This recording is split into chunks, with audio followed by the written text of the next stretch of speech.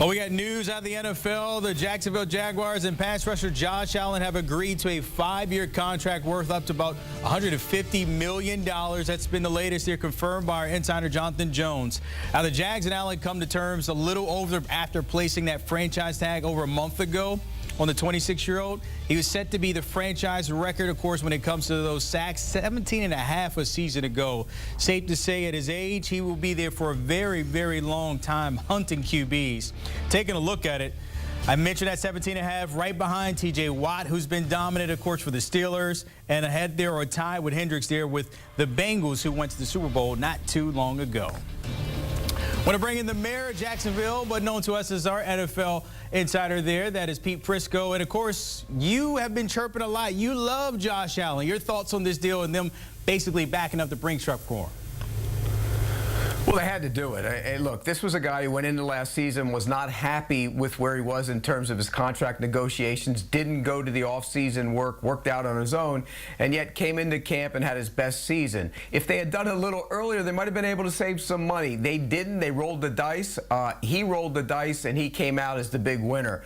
17.5 sacks last year, dominant edge player for the Jaguars. And look, they have a nice pair there. I mean, Trayvon Walker had double-digit sacks last year, and Josh Allen as well. Those are two guys they can build around, and now with Ryan Nielsen taking over, he's a big four-man front. Those two guys are going to go up the field even more.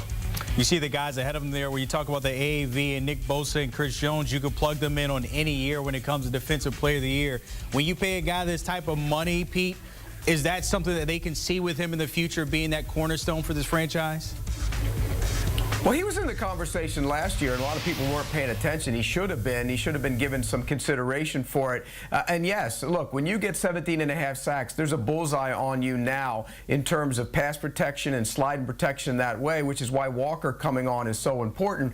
But when you look at what he has to do, he has to have double-digit sacks every year. I mean, and not just 10 and slide into 10. He's got to get into 14 or 15, 16 sacks and become the guy when the game is on the line, knock the ball out, fumble, game over. That's what he has to become. He's right there. Consistency has to be the thing for him. Do it year in and year out, and I think he will. Big picture here for the Jags. We know the draft is next. What's the next order of business to keep them in contention there in the AFC and maybe hunt a title very soon?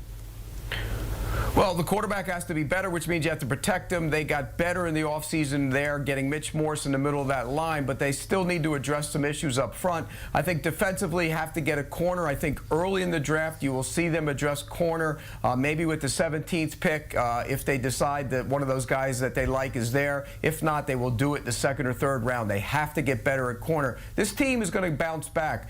Trevor Lawrence didn't play well last year. You get good feelings in the locker room by getting Josh Allen signed. I think they're going to be right in the mix for the AFC South title. All right, we'll see how that pans out for them. He is Pete Prisco breaking down Josh Allen getting $150 million here in 5 years in Duval County. Appreciate it. Hey, the Pick Six Pod, they will maybe discuss this as well. As Pete just talked about it, there are some options out there.